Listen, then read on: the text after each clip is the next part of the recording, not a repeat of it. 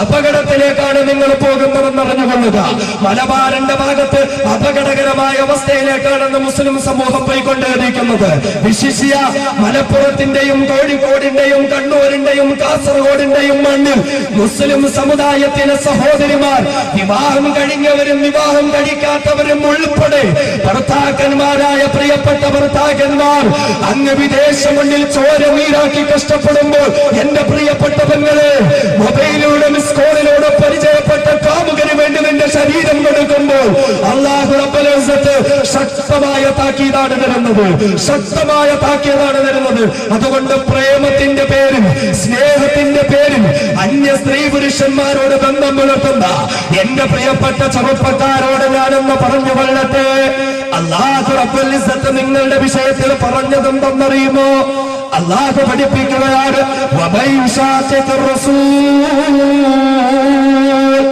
ആരാണോ അല്ലാഹുവിന്റെ ഹബീബിനെ എതിര് ചെയ്യുന്നത്, ആരാണോ അല്ലാഹുവിന്റെ റസൂലിനെ എതിര് ചെയ്യുന്നത്,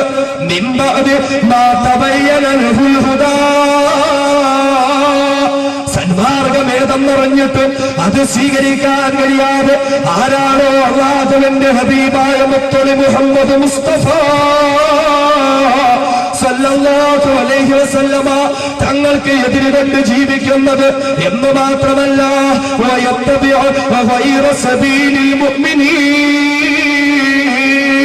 സത്യവിശ്വാസികൾക്ക് ചേരാത്ത രീതിയിൽ അല്ലാഹുവിനും റസൂലിനും ഇഷ്ടപ്പെടാത്ത രീതിയിൽ അസത്യത്തിന്റെ മാർഗം തേടി ആര് പോകുന്നു, അവിശ്വാസത്തിലേക്ക് ആര് പോകുന്നു, അന്യമതങ്ങളിലേക്ക് ആര് പോകുന്നു, അല്ലാഹുവിന്റെ ഖുർആൻ പറയുന്നു, വനുവല്ലിഹി മാ തവല്ലാ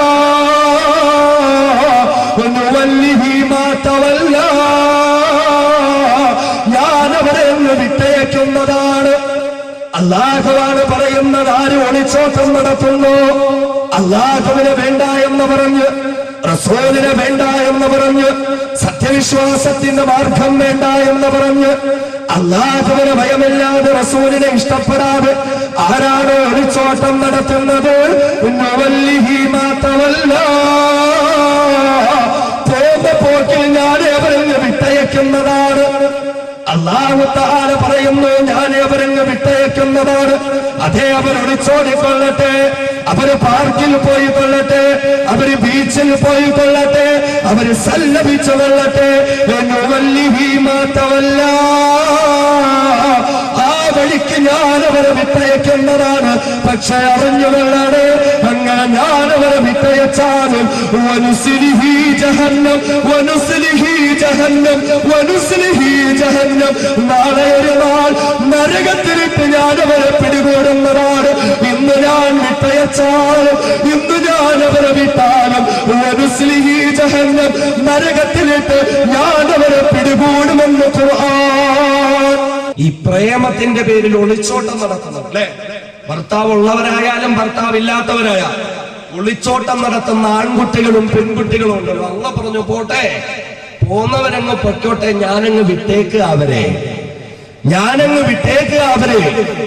എന്നിട്ടല്ല പറയുന്നു, ചെയ്യുന്നതിനെല്ലാം ഞാൻ പകരം കൊടുക്കുന്നതാണ്. എവിടെ വെച്ചെന്നറിയുമോ?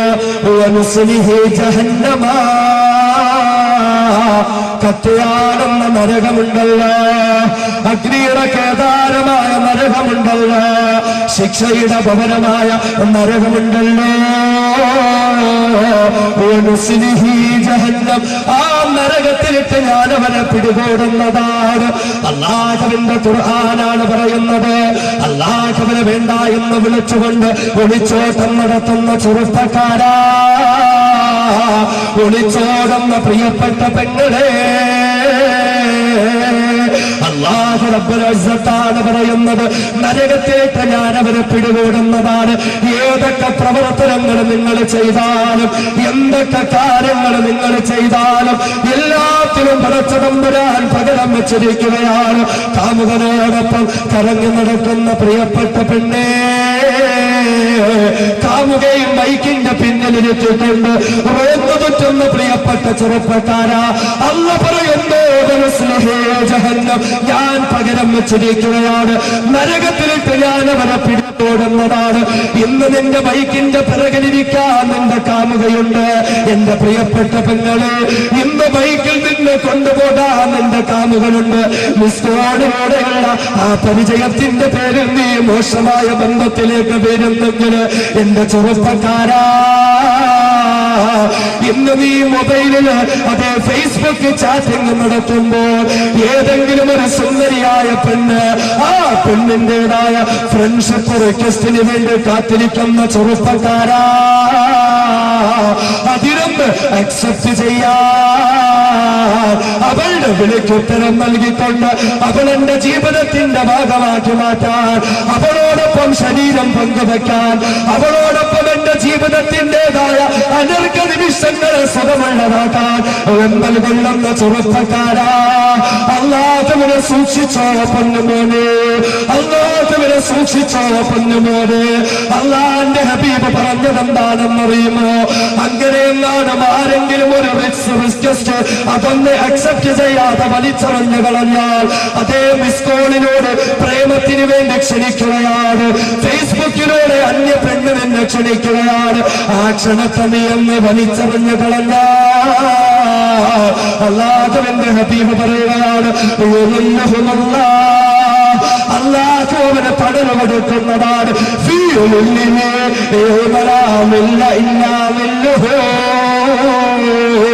അല്ലാഹുവിന്റെ അർശിന്റെ തണലല്ലാതെ ഒരു തണലുമില്ലാത്ത മഹിഷറയിൽ അന്യ പെണ്ണിന്റെ ക്ഷണത്തെ വലിച്ചെറിയുന്ന ചെറുപ്പക്കാരാ, അന്യ ചെറുപ്പക്കാരന്റെ റിക്വസ്റ്റിനെ വലിച്ചെറിഞ്ഞു കളയുന്ന പെണ്ണുകളെ, നിനക്കല്ലാഹുവിന്റെ അർശിന്റെ തണലെന്ന് സയ്യിദുനാ മുഹമ്മദ് റസൂലുള്ളാഹ്.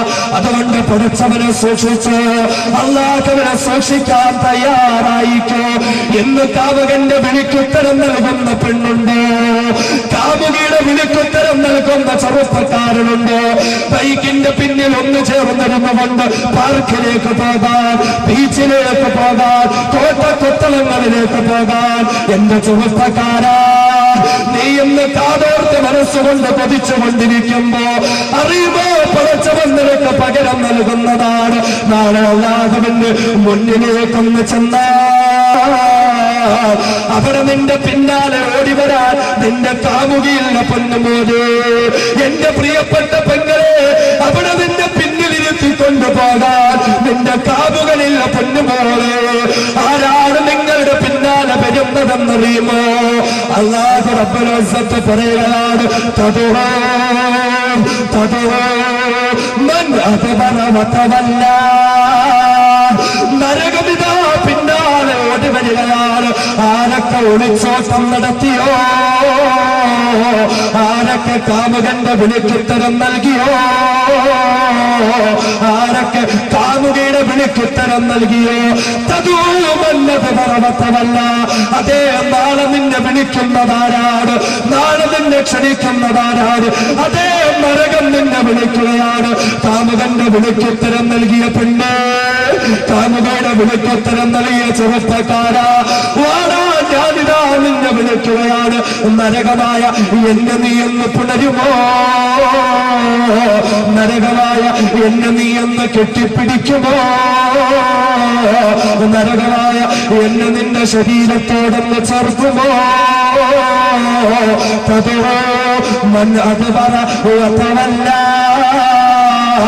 നരകമിതാ പിന്നാലെ ഓടി വരികയാ.